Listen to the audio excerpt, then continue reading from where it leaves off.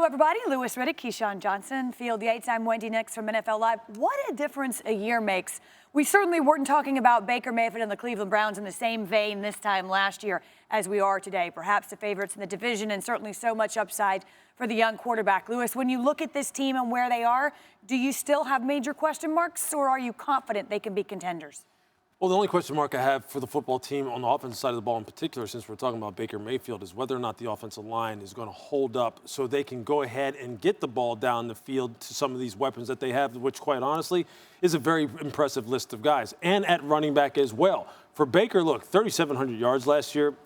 I think he can top that. I think he can get to the 4,000 mark. I think he can get to 30 touchdowns. Why not? Can he cut his interceptions down? I think that comes with experience, as Keyshawn knows. Look, a quarterback in his second season in this system is going to be ready to roll. It's just the offensive line. That's where everything can fall apart. That's where everything can fall apart for any offense. So that's where I'm watching. When you say second-year system, is it the same system, though? Because remember, Todd Haley was there a year ago. Freddie Kitchens basically took Todd Haley's playbook and started to use it a little bit, kind of drawing it up in the dirt and just doing things that he wanted to do. But he was an interim head coach. He wasn't the head coach. Now he's a head coach. He has a lot on his plate. He has to deal with 53 guys, both on defense, offense, and special teams. He has to manage the situation. He's never been in that position before. He's never really led a unit. As an interim offensive coordinator, Phil, I don't believe that's leading a unit. Yeah, it's certainly a massive change for a lot of people. And I think probably the expectations are the biggest questions here. It's one thing to be the hunter. It's another thing to be the hunted. And you can make the case that going into this season, people view the Browns as the team to beat in this division. That's a huge paradigm shift from the days of Pittsburgh and Baltimore ruling the roost. And free beer. Free we're talking beer. about a That's free right. beer if you won a single game. And now we're talking about winning the division. I think what it comes down to, though, is for the teams that have been there and done that, it does not necessarily mean or guarantee success. But what it probably does is it hardens you over time. When the Patriots stumble out of the gates and go 2-2, we say, it's early. It's September.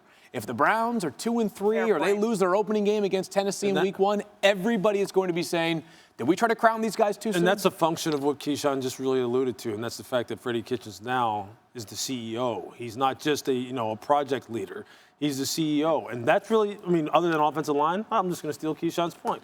That's where it's going to hinge upon, right? It's going to hinge upon the leadership of the head coach. What happens when it goes wrong for OBJ? Whatever that is. And something will come up. Something will come up because, it'll come up because it always will. I mean, somebody gets more touches than him on another team on a Sunday. The first thing that comes out is he's not playing up to expectations, and he goes to the coach and says, come on, man, y'all traded for me for a reason. How does Freddie Kitchens handle that? Well, I mean, you're talking OBJ, Jarvis Landry, Baker Mayfield.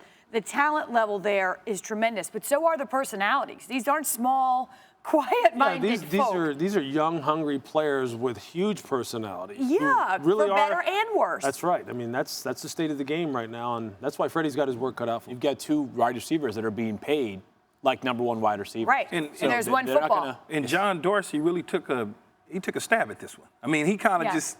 You know, he's there. He's a general manager. We're not. We don't know everything that goes on in that building, but I think we're smart enough to know you kind of sort of reached on that one. You know, kind of sort of reached on it. Is this season a disappointment for this team at this point if they don't make the playoffs? I think unquestionably. And I know that they were celebrated. They're talking about. See, I don't think so though. But because it's a second-year quarterback with a first-time head coach. Just improve on your play.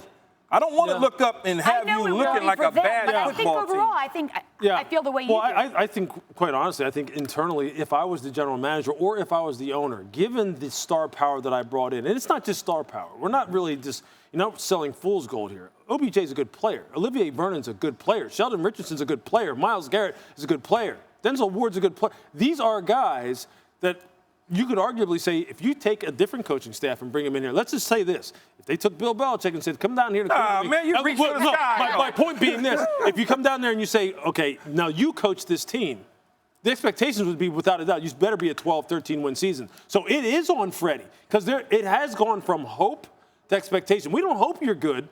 We expect you to be good. Fair enough. And if I'm the owner of that football team, I'm going, I expect you to be good. All of this conversation, all of this dialogue is good for Cleveland. They would take this and be in this position any way, shape, or form over where they were last year. We will see, and we'll be talking about it. Catch us on NFL Live weekdays at 1:30. Thanks for watching ESPN on YouTube. For more sports highlights and analysis, be sure to download the ESPN app. And for live streaming sports and premium content, subscribe to ESPN+.